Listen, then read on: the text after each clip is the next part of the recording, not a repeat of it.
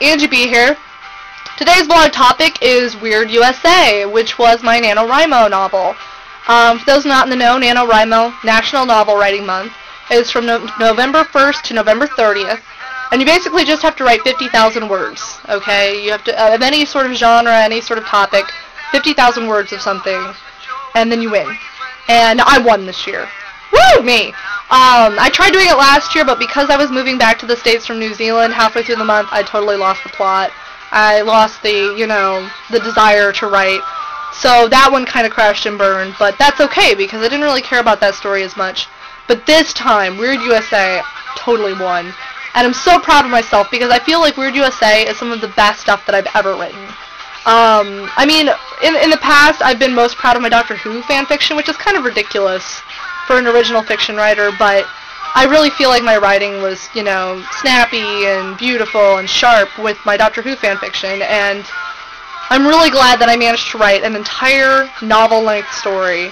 I'm still writing it, actually, because I'm not done with the story yet, but I'm really proud of my accomplishment because I really like the story. I think it's engaging. I think it's fun.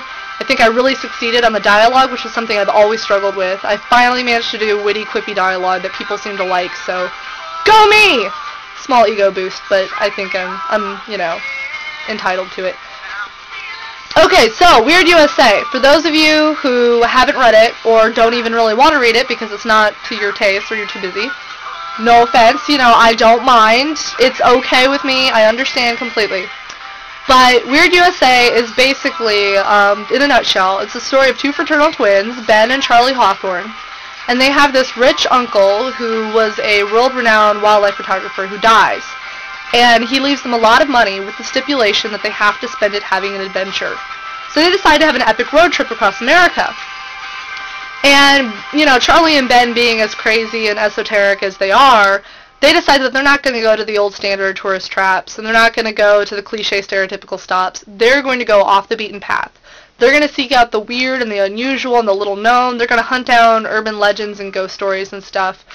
And they're just going to have fun. I mean, they're not going to have an itinerary. They're not going to plan everything out to a T. They're just going to go wherever the road takes them.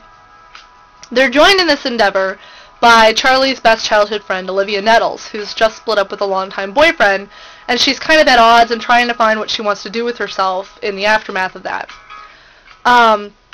Basically, the inspiration for Weird USA is total wish fulfillment. I have always wanted to go on an epic cross-country road trip. I love to travel, and I really loved my time in New Zealand. I loved when I got to go visit London and Paris and Amsterdam.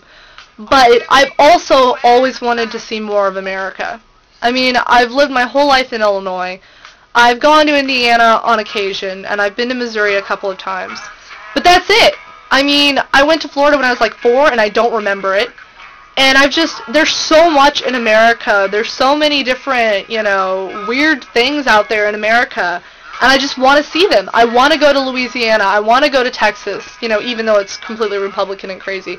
I want to go to Oregon, and I want to go to Yellowstone. I want to see all these things and go to all these, great places. So for me, this was wish fulfillment because, I mean, I would totally, if I ever went on a road trip, it would be like Ben and Charlie's. I would not go to the stereotypical things. I would want to go off the beaten path and see the weird and the bizarre and the cool and the little scene. I've just always wanted to get in a car with some friends and enough money for the summer and just drive. And so I think that's why I managed to write an entire novel of it, because I just got to live vicariously through the characters. Speaking of characters, I think Ben and Charlie are two of my favorite characters I've ever written. And I think that's in large part because they're an amalgamation of my friends. Basically, Ben and Charlie are the Taco Bell gang. Ben is a combination of my best friend Lucas, my friend Twaddle, and my friend Jason. He's sincere and honest and, caring and understanding, and he practices what he preaches the way Lucas does. He has his moments of oddness and geekery and, hilarious wit, like Twaddle, and his love of music and his seriousness and his, focus are very much like Jason. I think, in fact, Ben's probably more like Jason than anyone else, but there are glimpses of Lucas and Twaddle in him, which I think is why he's so fun to write, because I can see my friends in him. And me being the ridiculous, soft-hearted goof that I am, not getting to see Twaddle and Jason so much, it made me feel really good to be writing this character and get to be like, oh my gosh, that's totally a Jason thing. That's totally a Twaddle thing. So there's my sappy moment for you. Charlie. Okay, Charlie. Twaddle says that he sees a lot of Dean Winchester in Charlie, and I can totally concede that. I'm sure that a lot of her is very Dean Winchester. I mean, the story is about, two siblings that are in a car for a lot of the story, and they go traveling and they have encounters with supernatural things, so I totally get the supernatural correlation there. But Charlie is also a lot like my friend Molly. Charlie is very, very comfortable with her sexuality. Charlie is very confident. Charlie, says what she thinks, and her confidence and her brassiness and her sexuality, they're very Molly. And I think that's why it's so easy to write her dialogue and her character, because so much of her is Molly. I really enjoy writing Ben because he's sweet and he's sincere and he's just a really nice guy. I enjoy writing Charlie because, in a way, I get to live vicariously through her. She gets to do and say things that I never would have the courage to say and do. Olivia. Now, Olivia is a lot harder for me to like because, to me, she's kind of vague. I still don't really have a good handle on her character. I get a better feel for her character when she interacts with Ben, both before and after they become a couple. And I think that's just because when I have her interacting with a character like Ben, then I kind of have a better feel for her. But when you have two such vibrant personalities like Charlie and Ben, I think it's kind of hard for me to characterize Olivia correctly because I feel like she's just kind of in between. She's there. She serves more as like the peacekeeper and the mediator in a neutral party than as a real, like, three-dimensional character. I'd like to make her more three-dimensional, but I just don't know how. I hope people still like her as a character, even though she is kind of slightly bland and, fuzzy around the edges. My writing process, I don't really have one. I wish I could be like Uncle Stevie or Terry Pratchett or Neil Gaiman and tell you that I do things by a certain way, but I just don't.